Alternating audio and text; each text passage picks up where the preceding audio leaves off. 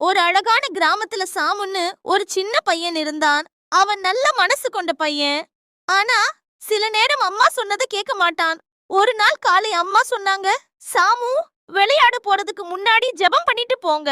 சாமு மனசுக்குள்ள நினைச்சான், அப்புறம் பண்ணலாம், இப்ப விளையாடலாம் அப்படின்னு சொல்லி ஜெபம் பண்ணாம வெளிய போயிட்டான்.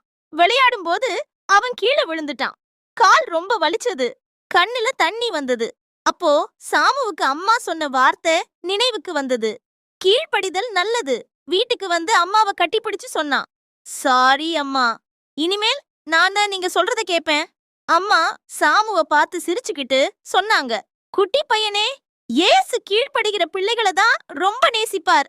ஏற்று அந்த நாள் முதல் சாமு அம்மா அப்பா சொல்றதையும் ஆசிரியர் சொல்றதையும் மனமாற கேட்க ஆரம்பிச்சான். சாமு கீழ்ப்படிந்து நல்ல பையனா வளர்ந்தான்.